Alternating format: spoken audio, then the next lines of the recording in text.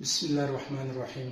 ناظرین اکرام، آج ہم حاضر ہیں اتوار والے دن کا پروگرام لے کے، میں اور میری تعلیم۔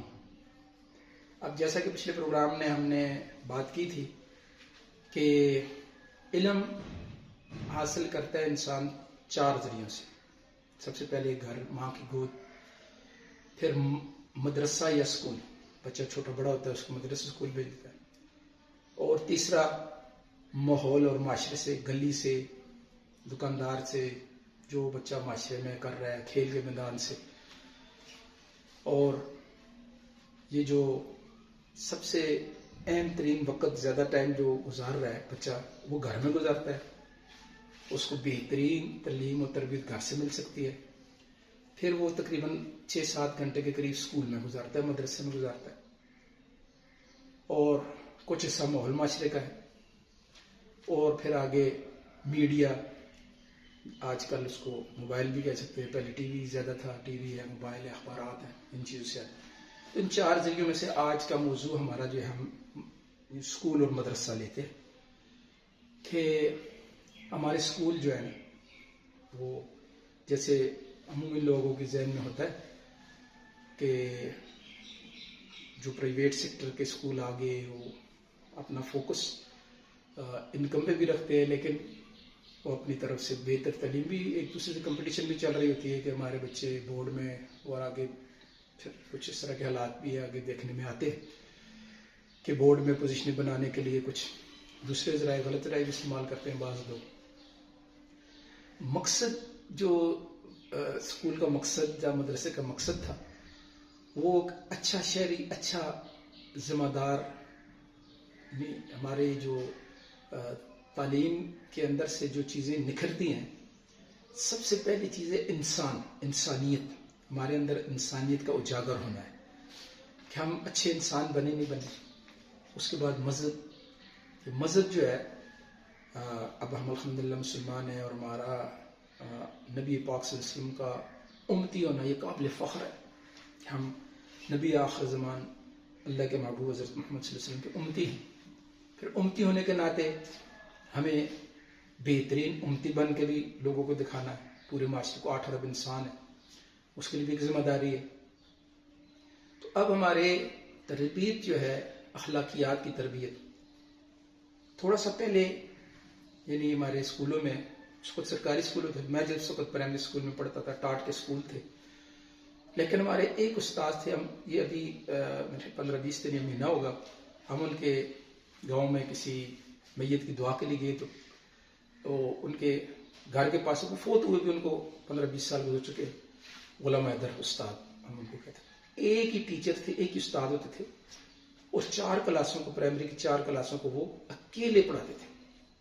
یقین کریں، ایک چیز کے اوپر بچوں کی تربیت کرتے تھے۔ دانتوں کی صفائی کے بارے میں، اس زمانے میں مسواک وہ خود بھی کر کے آتے تھے، یعنی ان کی پرسنالٹی جو تھی، ان کی شخصیت جو تھی، انتہائی صاف ستھرا لباس، روزانہ سفید لباس ان کا ہوتا تھا، ان کے کندھے پہ چادر ہوتی تھی، اور جوتے ان کے چم چم ہر روز شائن۔ تو ہم پرائمری اسکول کا جو استاد ہوتا ہے، وہ بچے کا آئیڈیل ہوتا ہے، اس بات کو یاد رکھیں، یہ بڑی خاص بات۔ آپ بھی ذرا سوچیں کہ آپ کے پرائمری کا استاذ یا استانی جو بھی تھی، وہ آپ کو کبھی نہیں بھولے گی، اس کے طریقہ، اس کی تربیت، وہ ہمیشہ آپ کو یاد رہے گا۔ اب وہ ہمارے استاد محترم جو تھے، وہ ماشاءاللہ بچوں کی اس طرح تربیت کر رہے ہوتے تھے جس طرح اپنا یعنی والد کرتا ہے۔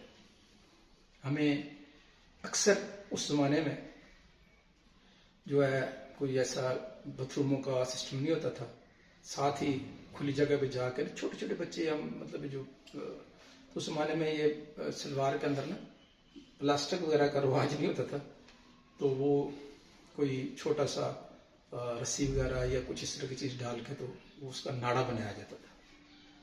اکثر بچے جو ہے نا، وہ آ کے تو استاد جی یہ میرا ناڑا جو ہے نا یہ باندھ ہے، استاد ہم کہتے ہو، ان کا محاورہ تھا گدھے کے بچے، وہ گھر سے ناڑا بندنا تو سیکھ کر آیا کرو نا، یہ بھی استاد جی سکھائیں آپ کو، وہ سکھاتے تھے بھائی ایسے بیٹا ایسے بنتے۔